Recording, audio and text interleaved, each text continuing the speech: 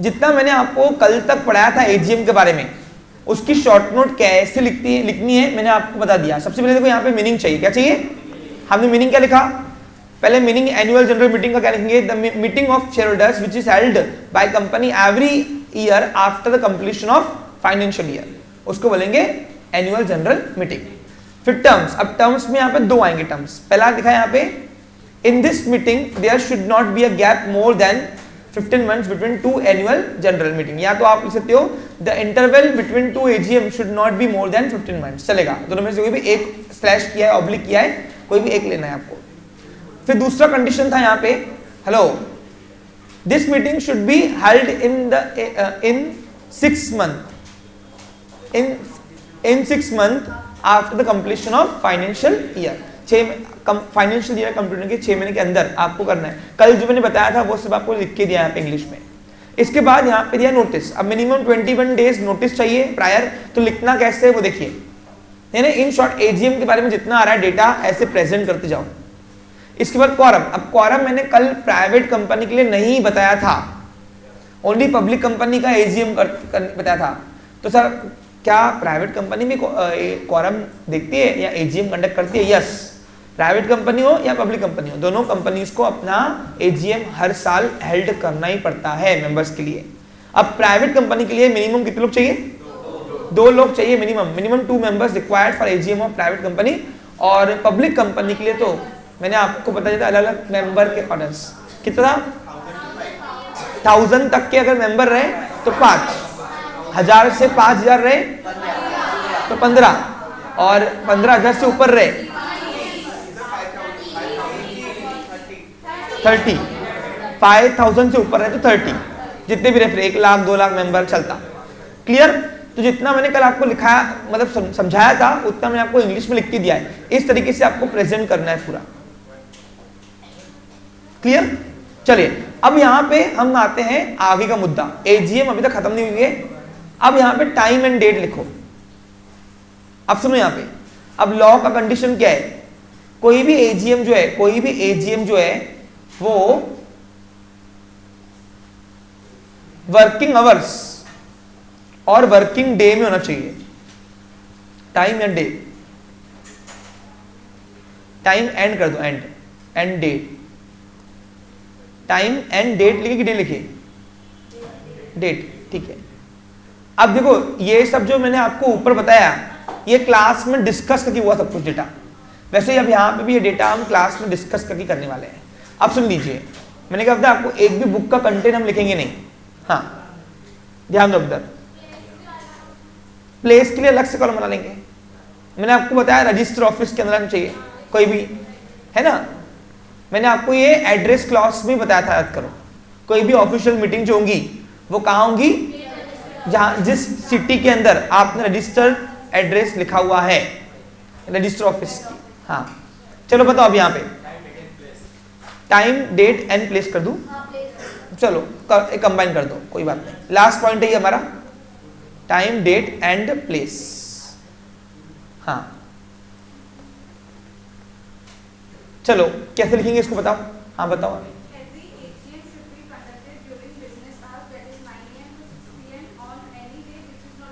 9 AM to 6 PM लिखा हुआ है क्या ऐसा? अच्छा ठीक है, तो एक काम करो, इतना मत लिखो, सुनो। लिखता था ये the AGM should be held in working days at working hours. बस वर्किंग आवर्स, देखो the AGM should be held in working days at working hours at, हाँ working hours and working days at, अब लिखते हैं working at register office place.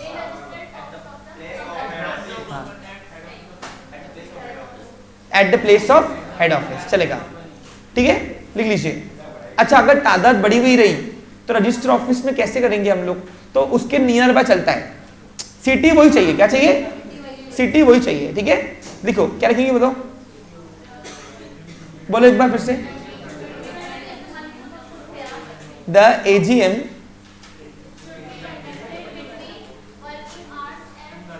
should be conducted between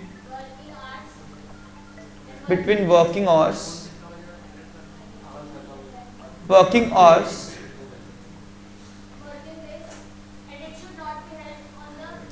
between working hours and working days, है ना, and working days at head office of the company, at head office of the company चलेगा। Head office register office एक ही होता है, head office of company. जरूरी नहीं जो book ने दिया वही डेटा आपने को लेना है, यहाँ पे नहीं, बनाना आपने को खुद को है पूरा। पेपर में तो ना बुक का रट्टा मार के जाओगे, ठीक है, वो 9-6 PM मैटर नहीं, डजंट मैटर। यहां तक क्लियर हो गया? तो ये हो गया हमारा पहला टाइप खत्म, वो है एनुअल जनरल मीटिंग। अब मैं आता हूं दूसरे टाइप में, शेयरहोल्डर्स की मीटिंग के लिए। अब एक्चुअली ये बी टाइप था ना, ए हमारा बाकी है, वो है स्टैट्यूटरी मीटिंग। अब मैं आपको यहाँ पे 2 मीटिंग के बारे में डिस्कस करना चाहूंगा, सुन लीजिए। और आज पहले हम डिस्कस करते हैं इसके ऊपर, फिर आगे कल मैं ऐसे ही आपको लिखा दूंगा। लिखने में थोड़ा टाइम जाता है क्योंकि इनोवेटिव पार्ट है यहाँ पे। मैं यहाँ पे आपको पहले ही बता चुका हूं कि हम जो यहाँ नोट्स बनाते हैं वो सब डिस्कस करके बनाते हैं हम यहाँ पे, ठीक है। और कोई भी बुक मेरे सामने खोल के रेफर नहीं करेगा, टेक्स्ट बुक, अपना खुद का क्रिएटिव माइंड चलाएंगे। समझा आपको? क्लियर? चलिए अब यहाँ पे 2 मिनट ध्यान देंगे। अब हम बात करते हैं स्टैट्यूटरी मीटिंग मतलब क्या, सुन लीजिए। कंपनी फॉर्म होते सही जो पहली एनुअल जनरल मीटिंग रखी जाएंगी उसको कंपनी लॉ स्टैट्यूटरी मीटिंग भी बोलते हैं। It is nothing, it is a first meeting of AGM for the members, simple. Company form होते ही जो पहली एनुअल जनरल मीटिंग मेंबर्स के लिए रखी जाती है उसी को नाम दिया है स्टैट्यूटरी मीटिंग। पूछो क्यों? इसका जिक्र पुराने लॉ में था, नए लॉ में नहीं है। पहली बात मैं आपको क्लियर कर दूं, लेकिन मेरे बच्चों को पता होना चाहिए ऐसी भी कोई मीटिंग होती है, इसलिए मैं आपको यहां बता रहा हूं। Statutory meeting is nothing, it's just like a first meeting after the formation of the company. It's a first meeting of AGM for the members after the formation of the company is known as statutory meeting. Why it is called as statutory meeting?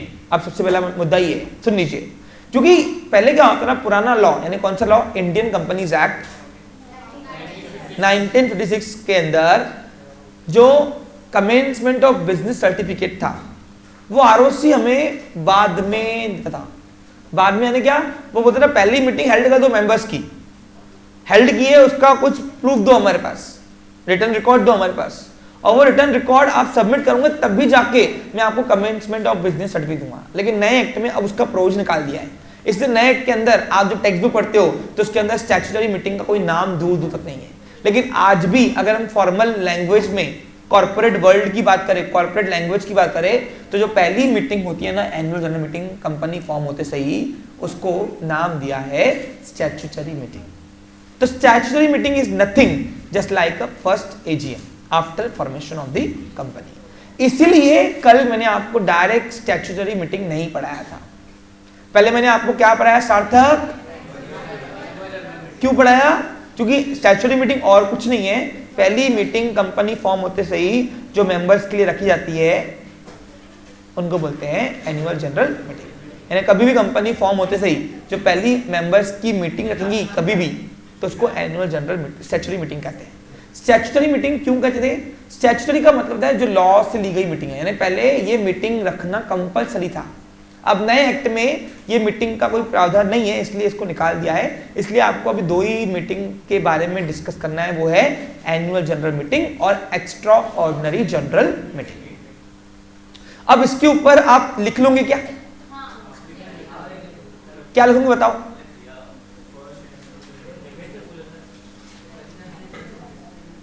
What is statutory meeting?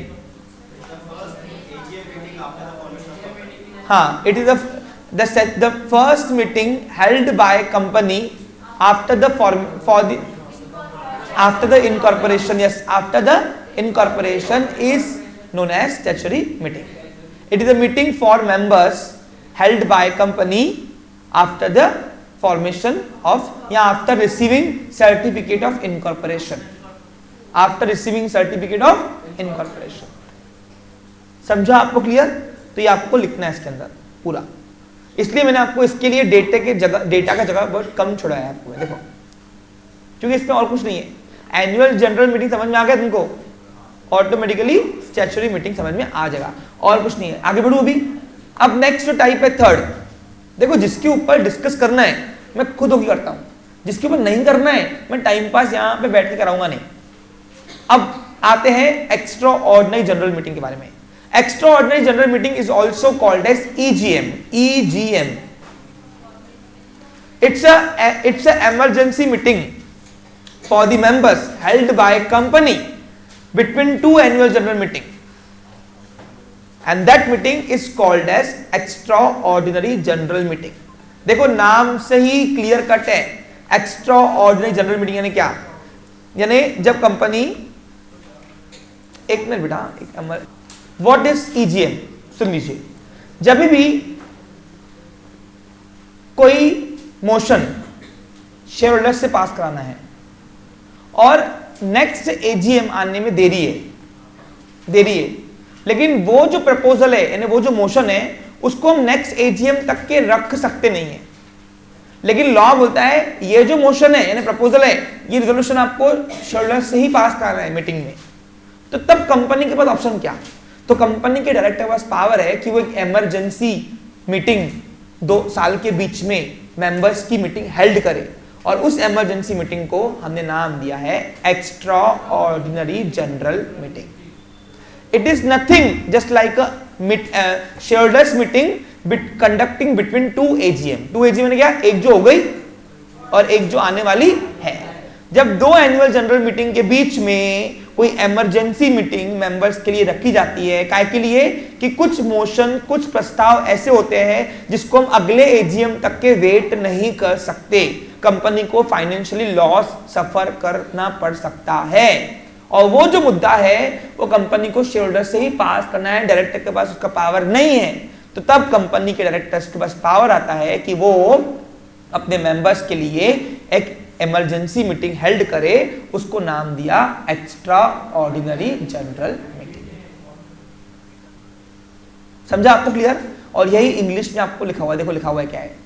The meeting which is held to discuss and decide special और urgent matter, क्या बोला उसने? Which is called as extra ordinary general meeting. Such special matter which are transacted और EOGM are called as special business. इन्हें special business बोलते हैं, वैसे इसको EGM बोलते हैं, अभी नए इसमें उसने EOGM कहा दिया, extra ordinary general meeting. Generally हम लोग जब पढ़ते थे ना इसको तो EGM पढ़ते थे, लेकिन अभी उन्होंने EOGM किया है, ठीक है? It is also called as EOGM, simple. हाँ, अब ऐसे कौन कौन से मुद्दे हैं जिसके लिए कंपनी के डायरेक्टर्स को ये इमरजेंसी की मीटिंग रखनी पड़ती है कि अगले AGM तक के वेट नहीं कर पाए आप? तो ये मुद्दे ये है, सुनो। पहला, अल्टरेशन इन मेमोरेंडम। अगर कोई मेमोरेंडम के अंदर चेंजेस करना है, कौन से? Name clause, object clause, situation clause, address clause, जो अपन पढ़ा ना, अगर उसमें बदलाव करना है कुछ तो आपको रिजोल्यूशन पास करना पड़ेगा मेंबर से, और अगर वो साल के बीच में करना है बदलाव, अल्टरेशन, अमेंडमेंट्स, तो आपको मेंबर्स की इमरजेंसी मीटिंग कॉल्ड करनी पड़ेगी। इमरजेंसी मीटिंग को एक्स्ट्रा ऑर्डिनरी जनरल मीटिंग कहा गया है, समझा? दूसरा मुद्दा है अल्टरेशन आर्टिकल। अगर कोई रूल्स में, इंटरनल मैनेजमेंट में कोई बदलाव करना है, आर्टिकल ऑफ एसोसिएशन क्या काम करता है आपको पता है बच्चा लोग? हाँ, तो उसमें अगर बदलाव करना है, कुछ अल्टरेशन करना है, तो तब भी आपको मेंबर्स की परमिशन लगेगी, और अगर आप नेक्स्ट AGM तक नहीं रुक सकते कंपनी के डायरेक्टर्स, तो कंपनी के डायरेक्टर्स कंपनी के सेक्रेटरी को आदेश देंगे एक इमरजेंसी मीटिंग हेल्ड करो मेंबर्स की, और उसको नाम देगा कंपनी का सेक्रेटरी EOGM आइदर EGM। समझा? नेक्स्ट मुद्दा है removal of director before expiry his term. अगर कोई डायरेक्टर को निकलना है, बस मेरे को निकलना है, मेरे को नहीं चाहिए डायरेक्टरशिप, नहीं करना है मेरे को मैनेजमेंट, तो तब भी अब नया डायरेक्टर आएगा तो मेंबर से पूछ के ही करना पड़ेगा ना, तो इसलिए तब भी अगर वो साल के बीच में निकल रहा है, देखो साल के आखिरी में निकला तो एजीएम में हो जाएगा, लेकिन साल के बीच में निकल रहा है तो क्या करेंगे हम, ईजीएम कॉल्ड करेंगे। Okay clear. मेंबर्स के removal of auditor before expiry, अगर लगता है कि ऑडिटर धोखेबाज है, डायरेक्टर को लगता है कि नहीं है ये तो फ्रॉड कर रहा है, तो तब डायरेक्टर्स देखो ऑडिटर का सिलेक्शन कौन करता है, शेयर होल्डर्स। अरे शेयर होल्डर का वॉचडॉग है ना वो, ऑडिटर कौन है, अरे भाई वो वॉच करता ना शेयर होल्डर्स के बिहाफ में, और वो इंडिपेंडेंट पर्सन है ना जो शेयर होल्डर्स को फ्रीली होके रिपोर्ट करता है, उससे डायरेक्टर भी डरते हैं। लेकिन अगर लगता है कि ऑडिटर फ्रॉड ने ठगी है तो डायरेक्टर रिक्वेस्ट करते हैं कि मेंबर ये अपना ऑडिटर चेंज करो, ये ठगी है ठगी। लेकिन अब अगर वो नेक्स्ट एजीएम तक नहीं रुक पा रहे तो ये बीच में ही, साल के बीच में ही ये मुद्दा लाने के लिए ईजीएम कॉल्ड कर सकते हैं, कॉल्ड यानी बुला सकते हैं। Clear picture. उसके बाद है वॉलंटरी वाइंडिंग अप। वॉलंटरी का मतलब है अपनी इच्छा से दुकान बंद करना है साल के बीच में। अब कंपनी बंद हो रही है, क्या हो रही है, तो कंपनी बंद होने के लिए मेंबर्स को भी तो पता होना चाहिए, तो मेंबर्स से भी तो पूछना पड़ेगा कंपनी बंद करे भी कि नहीं करे, तो तब भी कंपनी इमरजेंसी मीटिंग कॉल्ड कर सकती है। और वो कौन सा रहेगा, ईजीएम, यानी ईओजीएम बोलो या ईजीएम बोलो, एक्स्ट्रा ऑर्डिनरी जनरल मीटिंग। ये सारे मुद्दे हैं जिसकी वजह से एक इमरजेंसी मीटिंग शेयरहोल्डर्स की कॉल्ड होती है साल के बीच में।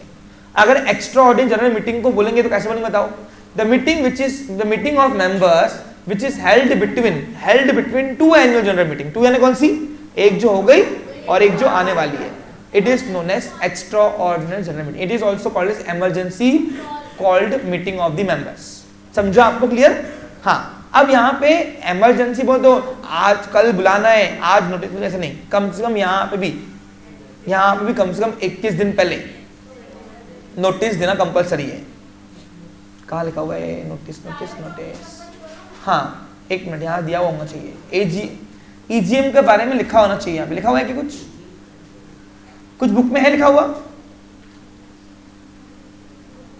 अच्छा सुनो, ये सबसे पहले ईजीएम कौन हेल्ड कर सकता है, तो किसके पास पावर है, ओके, ईजीएम को the directors on requisition of members. ठीक है, ये मत करो काम से। देखो जो मैं आपको बता रहा हूँ ना वो चीजें मेन मुद्दे की बात है। हाँ, अब यहाँ पे तो सर दिया हुआ ही नहीं है।